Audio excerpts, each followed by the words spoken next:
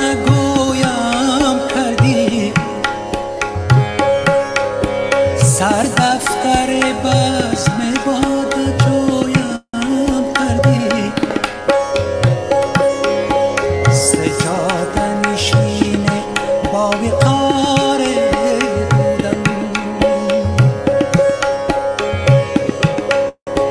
سجاده نشین باوی قاره بودم، بازیچه طفلکان گویم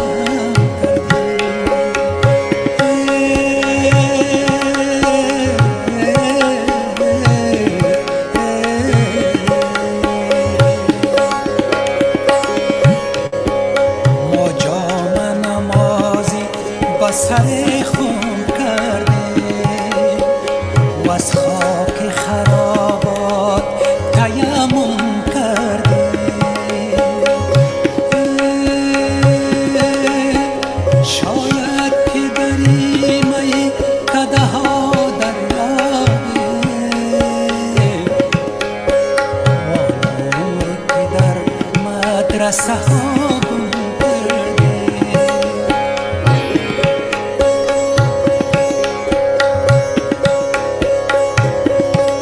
بابویان که ز میخانه کوزه آبم، روم سبوی خراباتیان کشم بر دوش،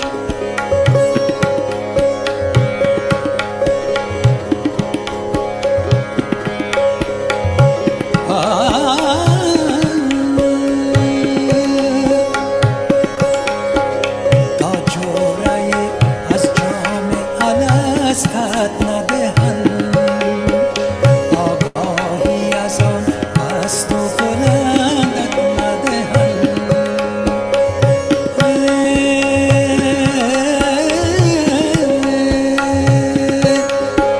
تا کشته وادی محبت نشوی، سررشته عاشقی به دستت ندهند،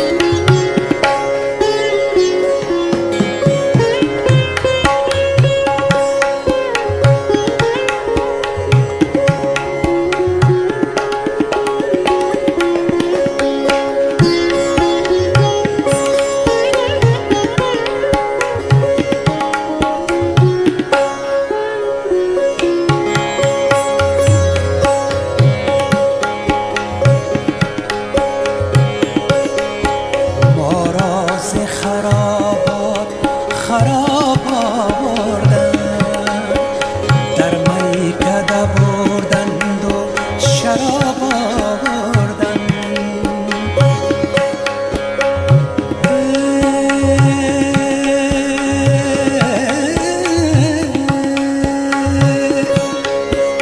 گفتم که شراب را کباب باید، دلها همه بردند و کباب آوردند،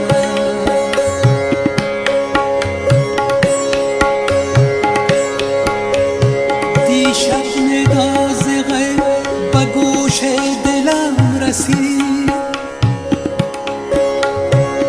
حافظ تو غوسه کم خورو بین شیر و میگنو،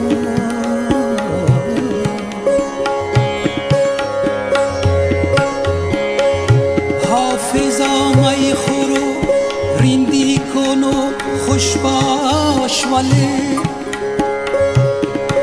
دام تصویر مکن چون دیگران قرآن را، واعظان که این جلوه در محراب و منبر میکنند،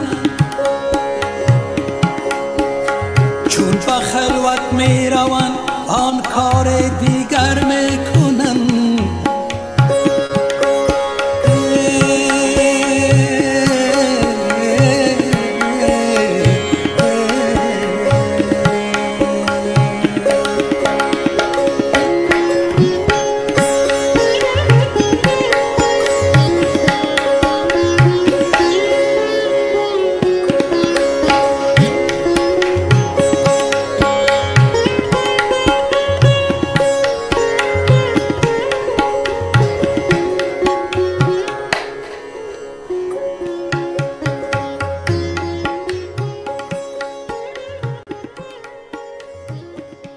به نام خداوندی که زیبایی را آفرید.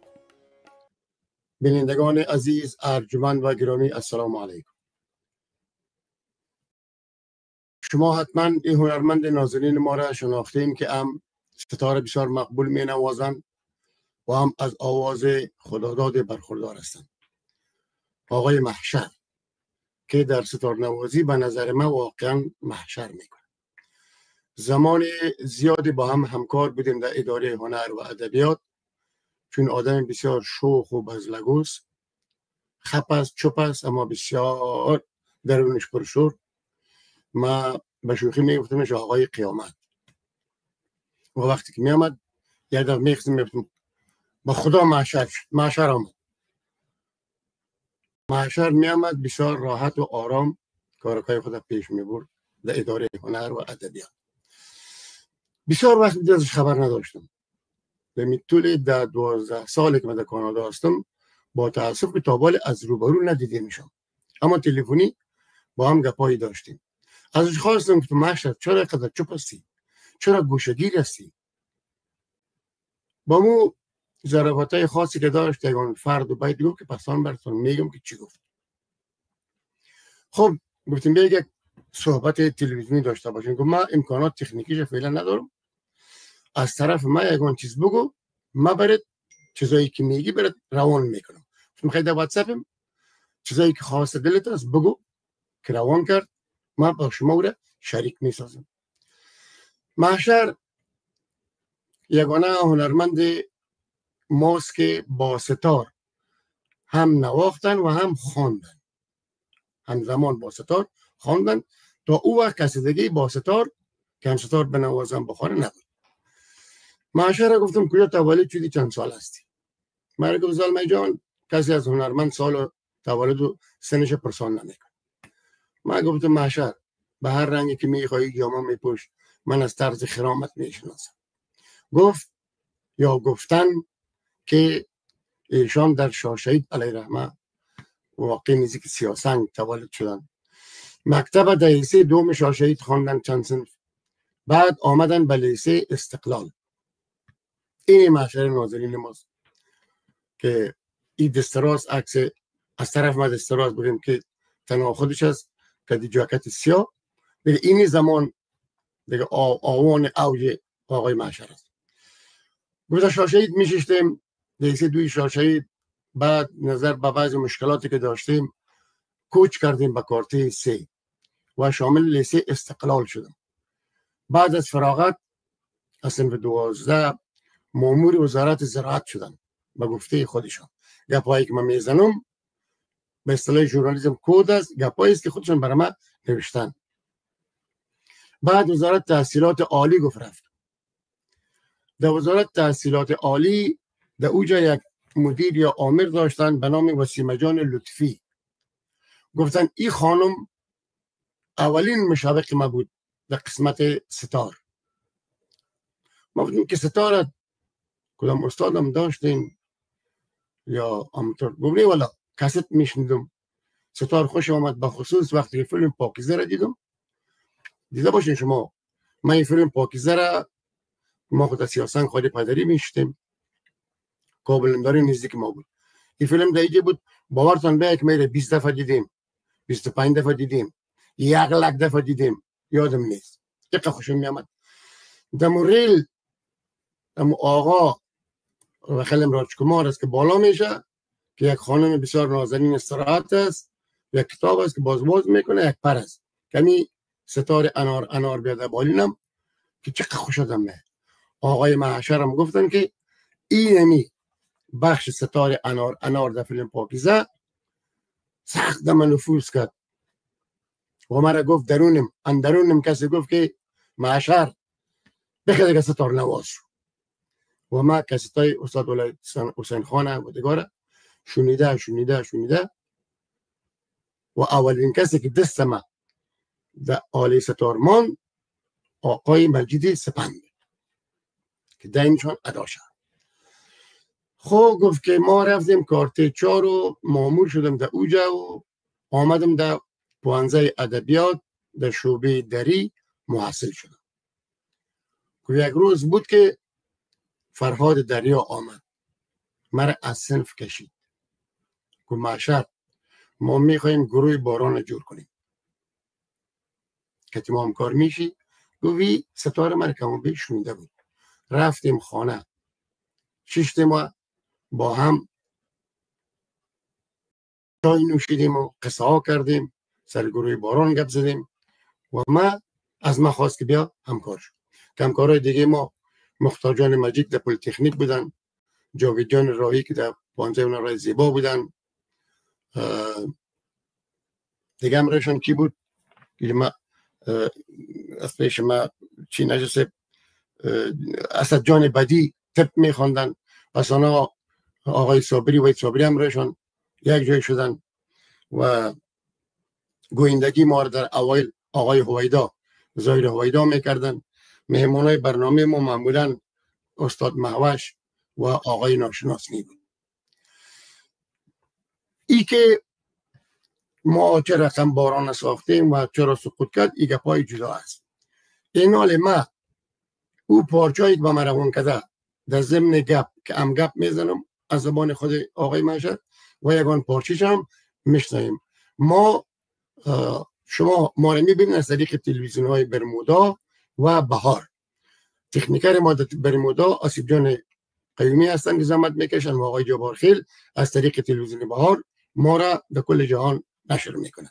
این حاله یک پارچه دیگه از آقای محشر میشنیم. باز گپای خود ما در مورد محشر سر که گپایی که خودش گفته دوام میده.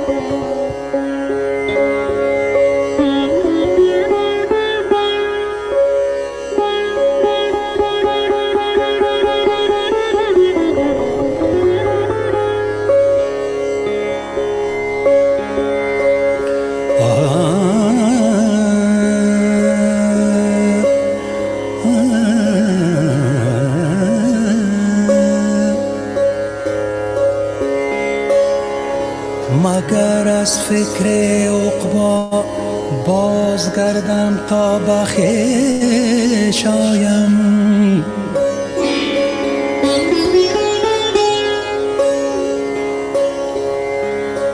که از خود سخت دور افتادم از پیش بینی ها.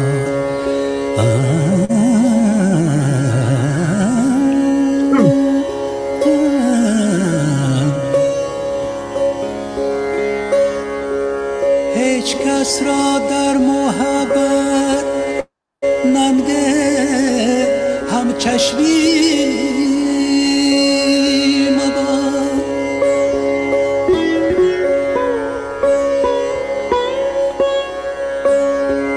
در هوایت هر کی گرید دیدم تر می شود. از دست رو سیاهی اعمال زشت خویش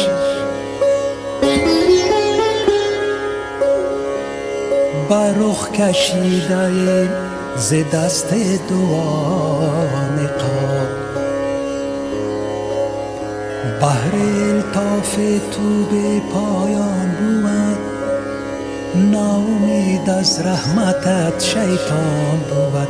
تو کریم مطلق و من گدا، تو کریم مطلق و من گدا، تو کریم مطلق و من گدا. چی کنی جزی که بخوانیم در دیگر بنما با من، در دیگر بنما با من، در دیگر بنما با من. با کجا روم چو برانیم، تو کریمی مطلق و من گدا. همه هر زدویدم خجلم کنون که خمیدم.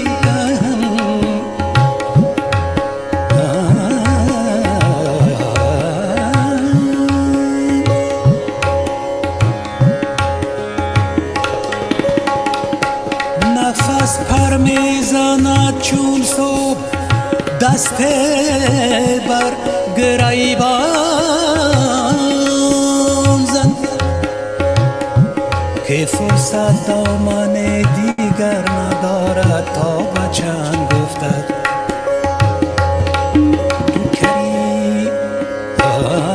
تو کریم مطلق و من گدا.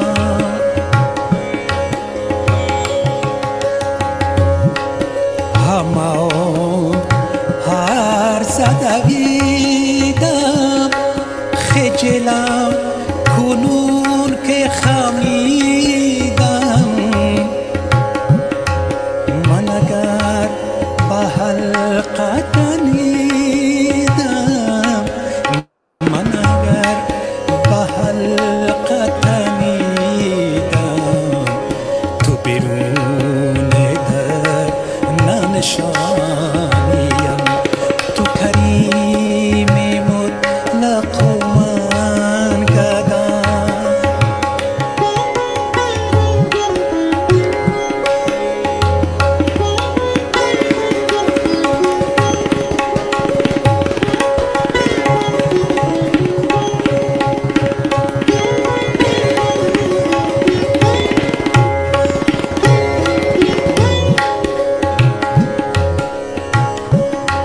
ز کدورت من و ما پرم، غم بار دل بکی بشمرم.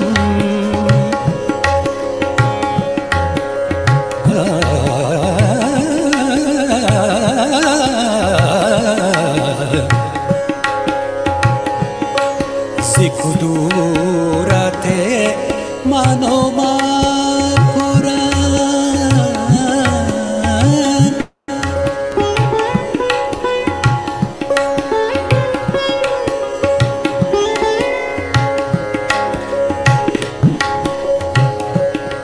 ستم است و سنگ ترازوی، ستم است و سنگ ترازوی که نفس کشد ز گرانیم. ز تنین پشه بی نفس خجل است بی دل هیچ کس. با کجایم و کیم و چیم، با کجایم و کیم و چیم، با کجایم و کیم و چیم که تو جز بنال ندانیم.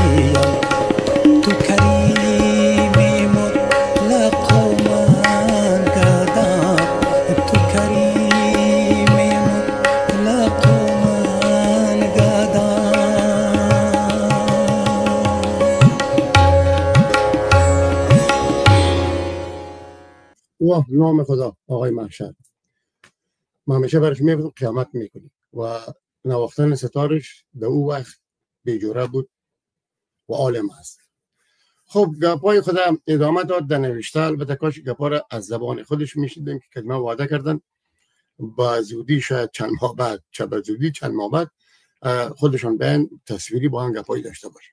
گفتن من وقتی که شروع کردم در گروه باران نواختن، همه ما مؤثر بودیم در گروه باران.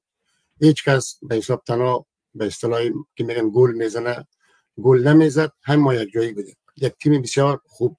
و ستاره ما کمک با راسم میگه گروه باران معروف و معروف تر ساخت. خواستم به وزارت اطلاعات و کلتور رسمی اینجا از نزدیک کار بکنیم. با آقای اویدا زیادتر آشنا شدم اون وقت، با آقای ناشناس گفتن و هارون جان یوسفی که هم دوست ما رئیس ما بود، گفت اینا ما زیاد کمک کردن تا ما آمدم به وزارت اطلاعات و کلتور، ریاست عمومی را تلویزیون افغان فیلم وقت و به هنر و ادبیات. برنامه تمثیلی بعضی برنامه دیگر پرودوسر ها تهیه می‌کردن.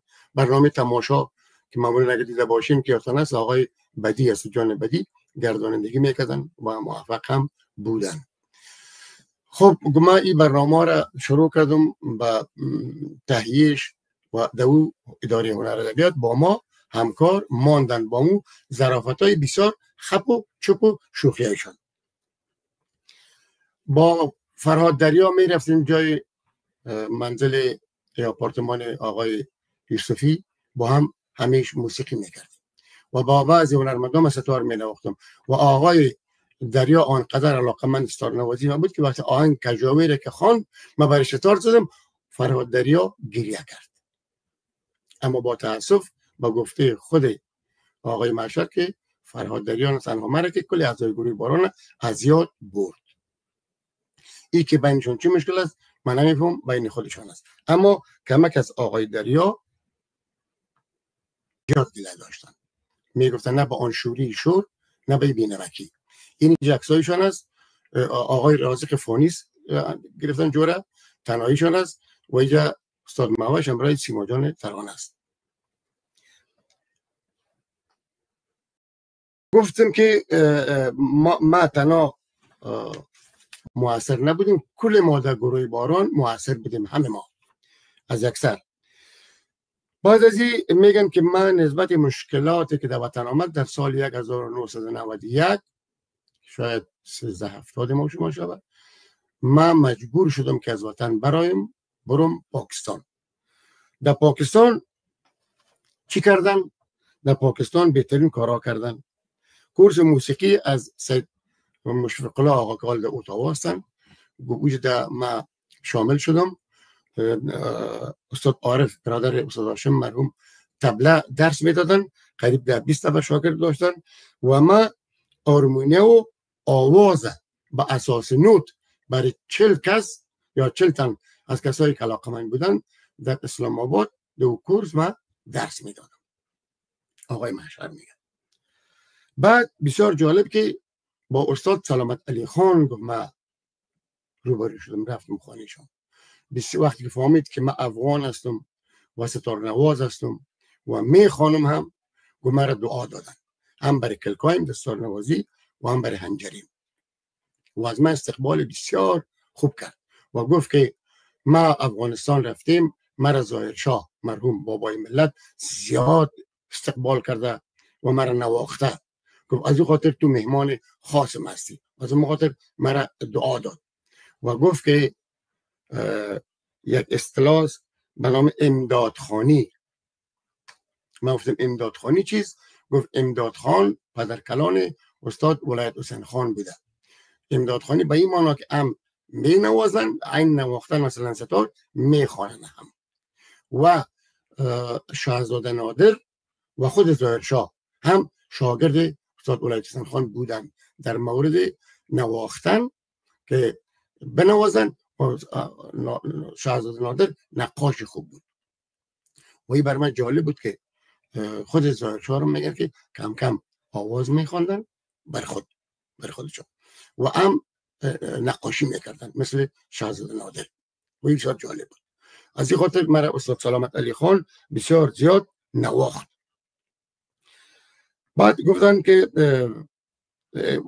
همین دیدار استاد سلیم بخش بچه استاد سلیم بخش هم همراه این بود که در اسلام آباد مدتی که من ماندم. بعد از او آقای مشفق آقا راهی هالند شدن و ما کورس موسیقی را دوام دادیم. اینا بازم یک پارچه دیگه از آقای محشر میشنویم و گپای دیگه که برای ما گفتن او باز من بر شما میگم.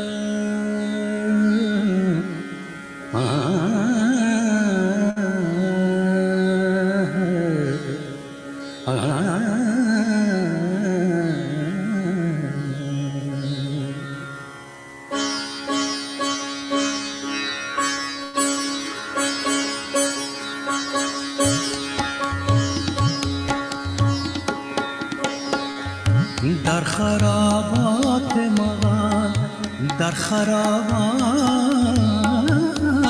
مغان، در خرابات مغان نور خدا میبینم. این عجب این که چه نوره ز کجا میبینم.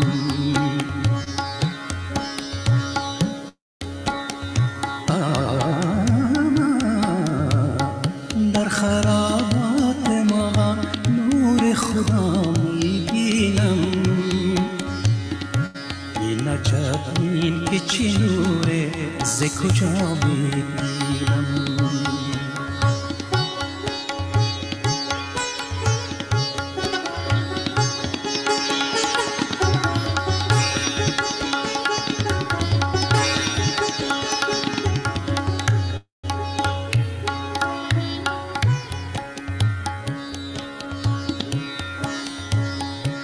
جلوه بر من مفروش ای ملک الحاج که تو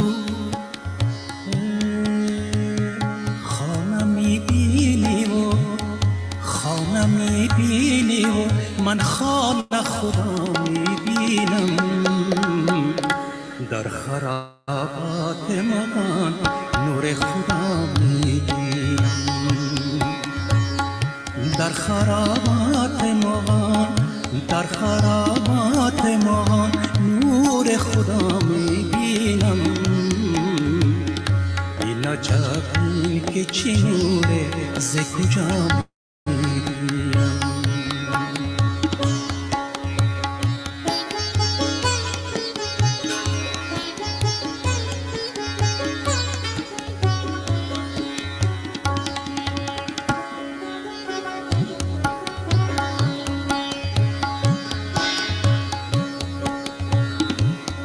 جستجوی کنو آنگاه به خرابات خرام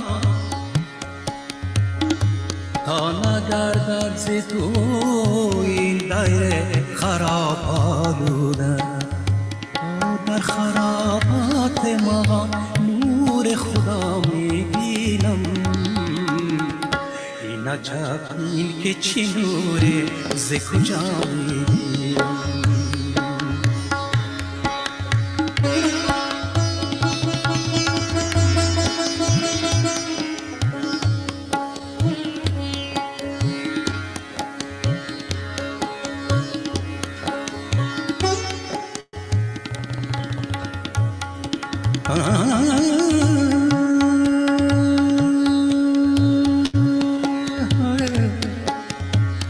سوز دل اشک روان، سوز دل اشک روان آه سحر نالای شب نالای شب سوز دل اشک روان آه سحر نالای شب این همه از نظر لطف شما میبینم در خرابات ما نور خدا میبینم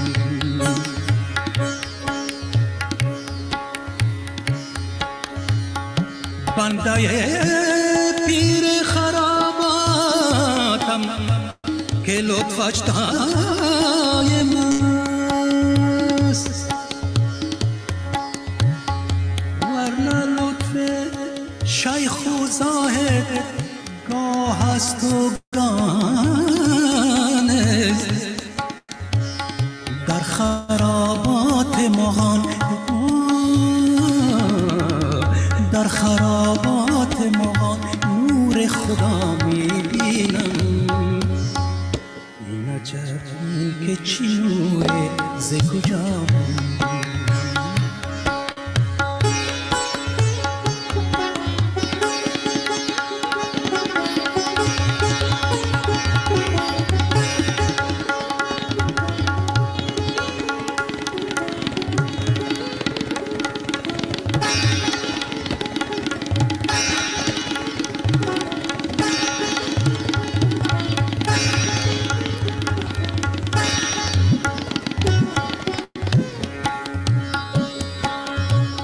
هر دم از روی تو نقشه زندم رای خیال با کی گویم که در این بردکی ها میبینم در خرابات من نور خدا میبینم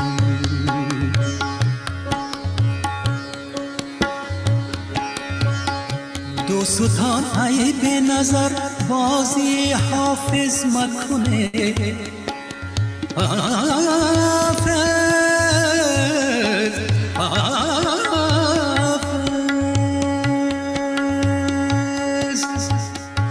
حافظ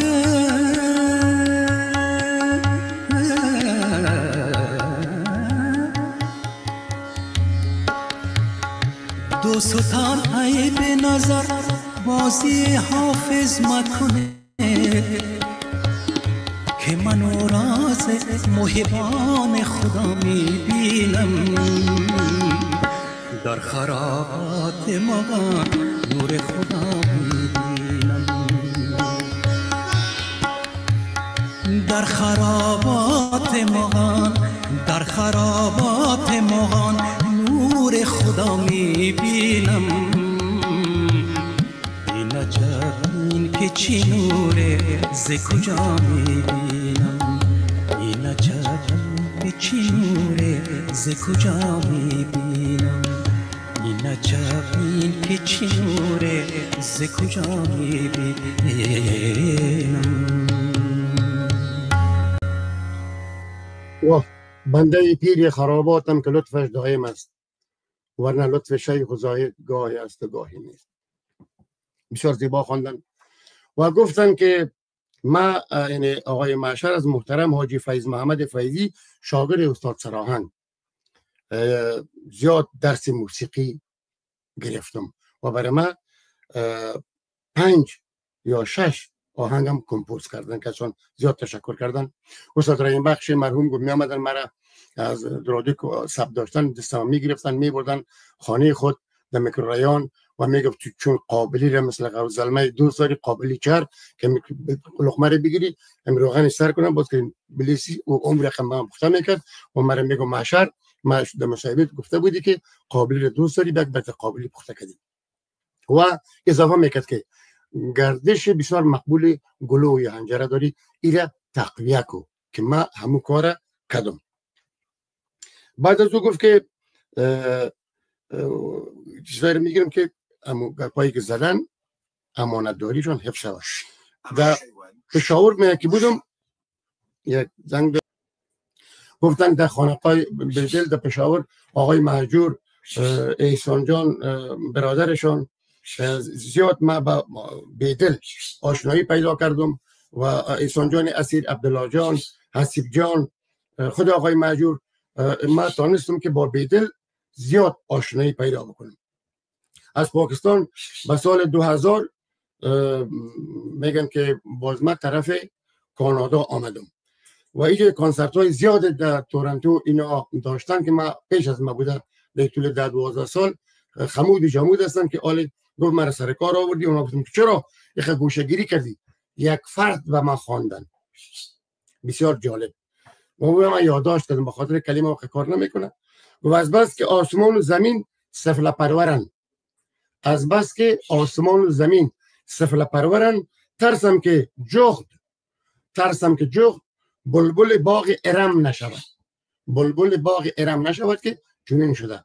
بعضی کسا میخوانند باغ حرم نیست، باغ ارم، الف ری میم، ارم یعنی جنت. ترسم که جغد بلبل باغ ارم نشود که میگن چنین شده. خب اینا رو گفت که ما میفهم که مرا میگه تو ظالم جان پس مرا سر کار خاط آوردی.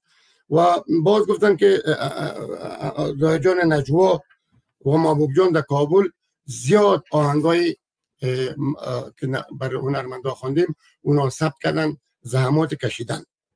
علاوه از گروه باران میگه با آقای ناشناس در استودیوی 48 و 52 استودیوی رادیو افغانستان با ناشناس خواندن که 5 آهنگ، بخصوصا آهنگ از دزدیده به من دیدی و من دیدم و در این ستار نواختیم برشون. دل آدم از مشال ترانم پرستو برشون نواختن. 5 آهنگ میگه دوست عزیزم بابای جان قاسمی نواختیم، بابای دیسابری، استاد معوش وقتی عاشق شوی راز دلت گفتن نتونی اوجا برشون نواختیم. اینجا محبوب جان ثبت کردن در استودیوی 48 و دیگه استودیو جان نجوا. خسرو تو باور به خدا کن برشون نواختیم. آقای مشعر میگن با مهدیار مرحوم و تشکر میکنم از علی اکبر جان در تورنتو که کارهای تکنیکیشون انجام میتن و گفتم که آقای مشعر لطفا دیگه از این بعد این نواختن و آواز دیگه زیاد کو، دلت از طریق تلویزیون، دلت از طریق کنسرت ها، اما اینطور خمود و جمود نباش. بعد این ولی اگه آنشو میشنیم یک قصه خاطره جالب خنده‌دار شد براتون ما در آخر خواهد کردم. حالا باز از سیب جان میخوایم که اما یک پارچه دیگه شون باید دست نشد بسپارن که آقای جوارخیل برای ما شما نشد شونه.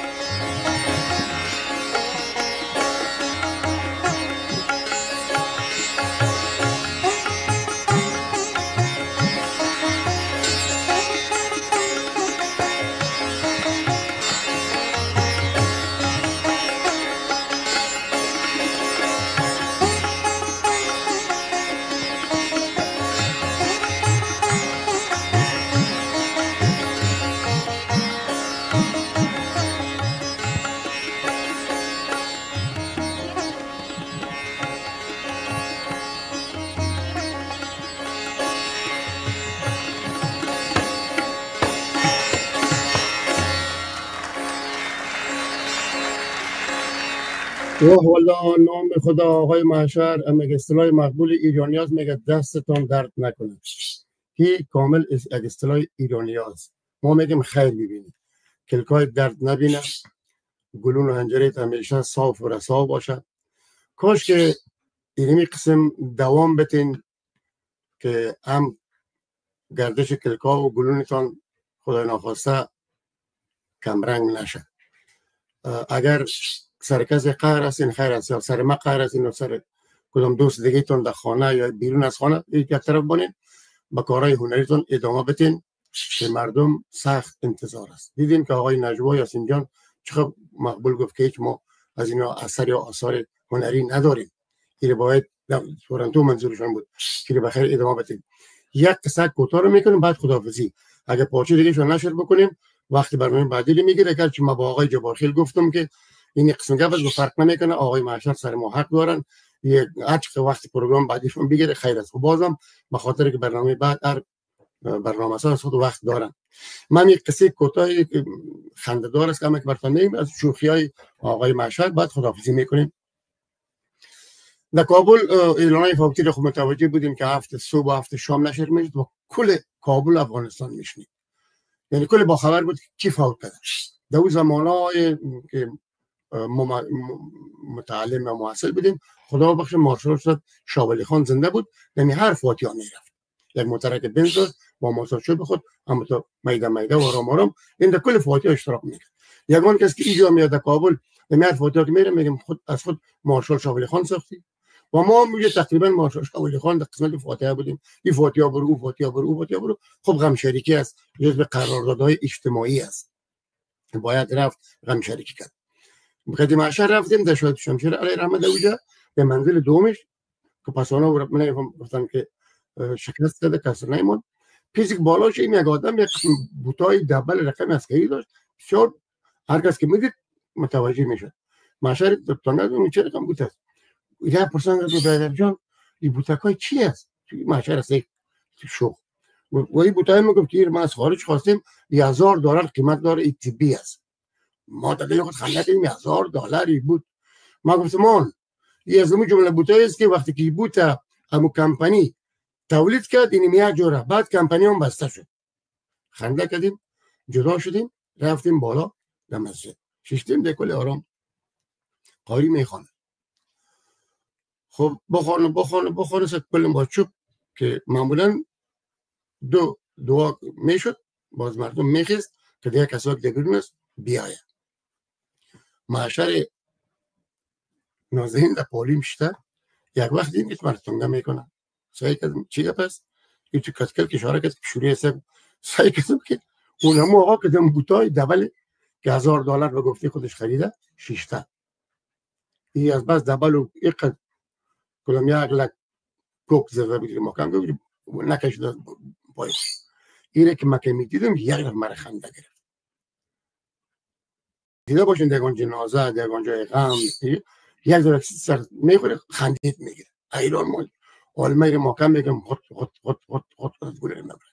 یه محشر شور نمیخوره، انسانی شوخ است. علمه بوتای چی مگه پت میکنم در پتم این بوتا مجسم میشه دیگه من خنده میگیره. اون طرف خالی شد که اگه بخونه خب باز یک گپی هست که آدم مصروف میشه. هیچ یادم نمیره.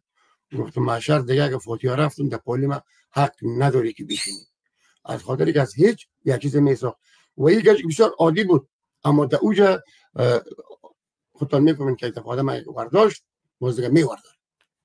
به هر صورت بازم برای آقای محشر طول عمر بخواهیم، کلکایشان همیشه فعال باشه، هنجرشان فعال باشه، کنسرت های دیگه بخیر دیگه تورنتوشان ببینیم.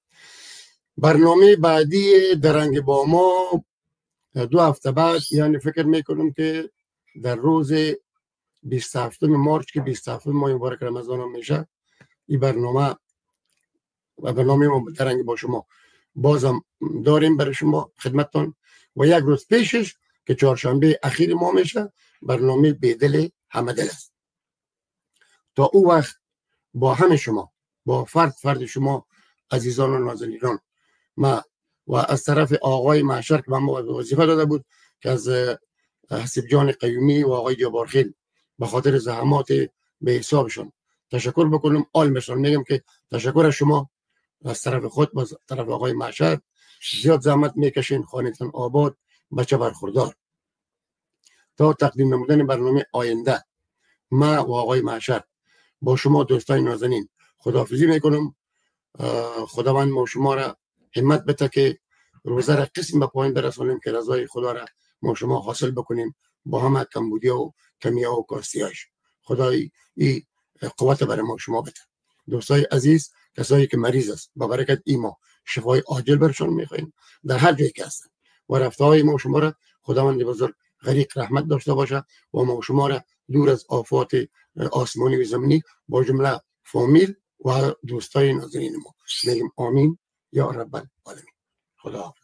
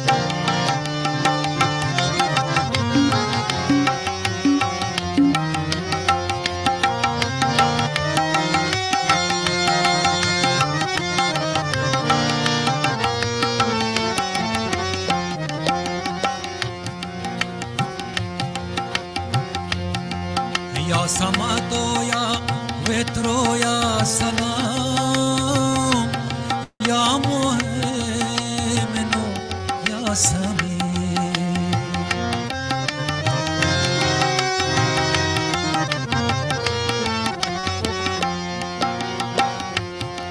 یا سماتو یا وترو یا سلام یا مهمنو یا سمی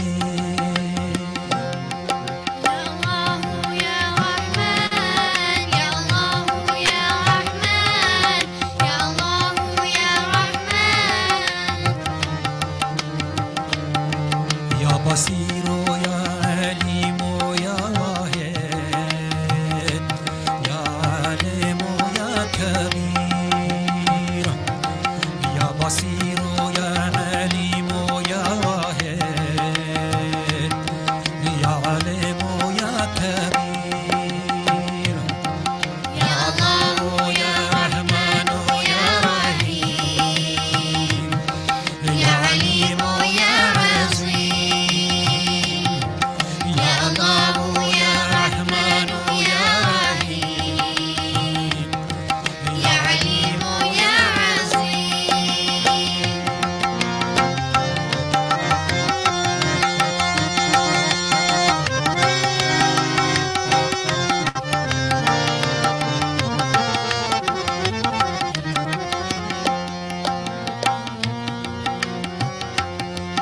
يا متكبر يا دليل يا قوي يا عزيز يا معز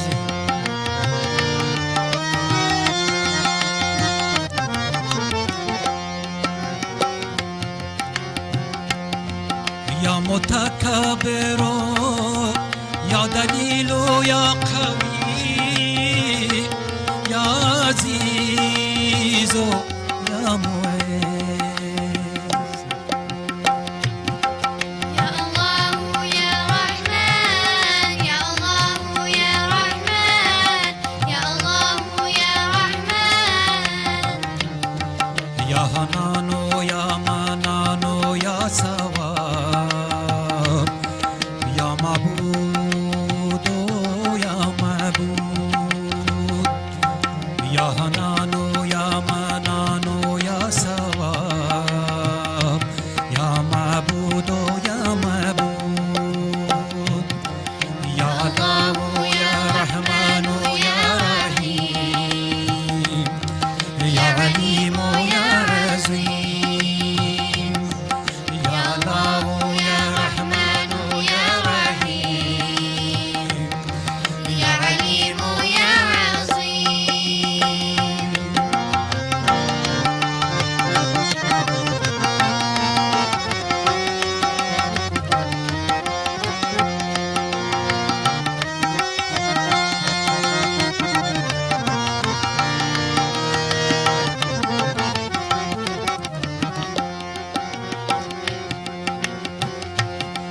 يا ظاهر يا باطن يا ظهير يا أول يا آخر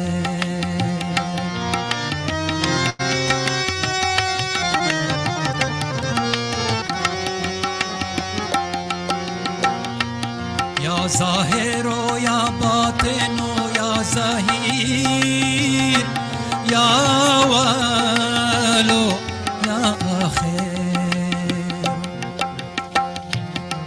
يا الله يا رحمن يا الله يا رحمن يا الله يا رحمن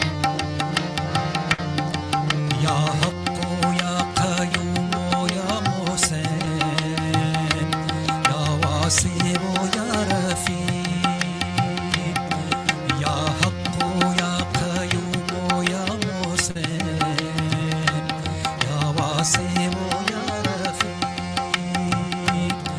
يا الله يا رحمن يا رحيم يا عليم يا عظيم يا الله يا رحمن يا رحيم يا عليم يا عظيم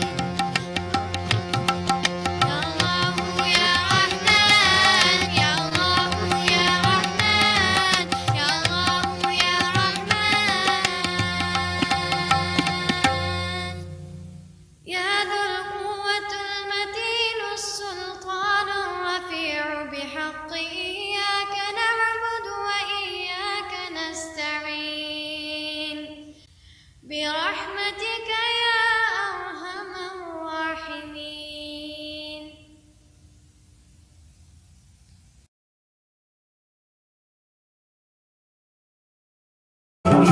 سفير